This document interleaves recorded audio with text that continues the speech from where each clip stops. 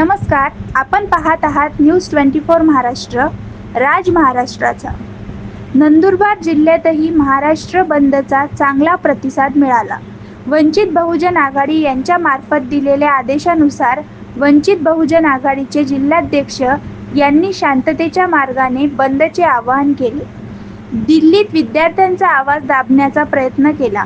जे विद्यार्थी शांततेच्या मार्गाने आपल्या हक्कांसाठी आंदोलन करणाऱ्या विद्यार्थ्यांवर पोलिसांनी निर्दयी लाठीचार्ज केला। निष्पाप विद्यार्थ्यांना रस्त्यावर फडफडत नेले। 12 वर्षांच्या लहान मुलांपासून ते उद्याच्या भविष्याचे तरुणांना तसेच मुलींनाही मारहाण करण्यात आली। त्यांचे कपडे फाडण्यात आले। सोशल मीडियाद्वारे असे बरेचसे व्हिडिओ मारहाणीचे व्हायरल झाले आहे, जे अंगावर शहारा आणणारे होते। नीट परीक्षा गैरव्यवहार प्रकरणी केंद्रीय शिक्षा मंत्री धर्मेंद्र प्रधान यांचा राजीनामा हा नैतिक जबाबदारीने राजीनामा द्यावा। नीट पेपर फुटीमुळे ज्या विद्यार्थ्यांनी आत्महत्या केली त्या विद्यार्थ्यांना 1 कोटी रुपयांची आर्थिक मदत द्यावी।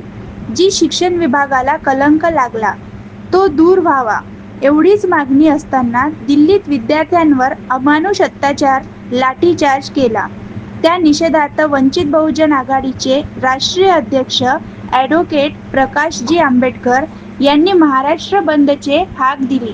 देशाच्या शिक्षण व्यवस्था सुधारण्यासाठी, विद्यार्थ्यांच्या भविष्य रक्षणासाठी 23 जुलै महाराष्ट्र बंदची हाक यशस्वी झाली।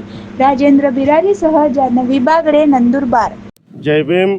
वंचित बहुजन आघाडीमार्फत बाळासाहेब आंबेडकरांनी 23 तारखेचे जे महाराष्ट्र देश बंद पुकारलेले त्या संदर्भात दिल्ली इथं झालेल्या जंतर मंतरवर ज्या बॅट हल्ला मुलींवर केलं, सरकारने जे पण चुकीचे मार्ग उचललं त्या संदर्भात आज जाहीर निषेध करतो। शहादा तालुक्यात आज पूर्ण नंदुरबार जिल्ह्यात इथं शहादा तालुक्यात इथं पूर्ण कडकडीत बंद असून सर्व सहकारी सर्व दुकानदारांनी सर्वांनी आज आम्हाला प्रतिसाद दिला। त्यांच्या आमच्या वंचित बहुजन आघाडीकडनं त्यांचे आम्ही आभार व्यक्त करतो आहे।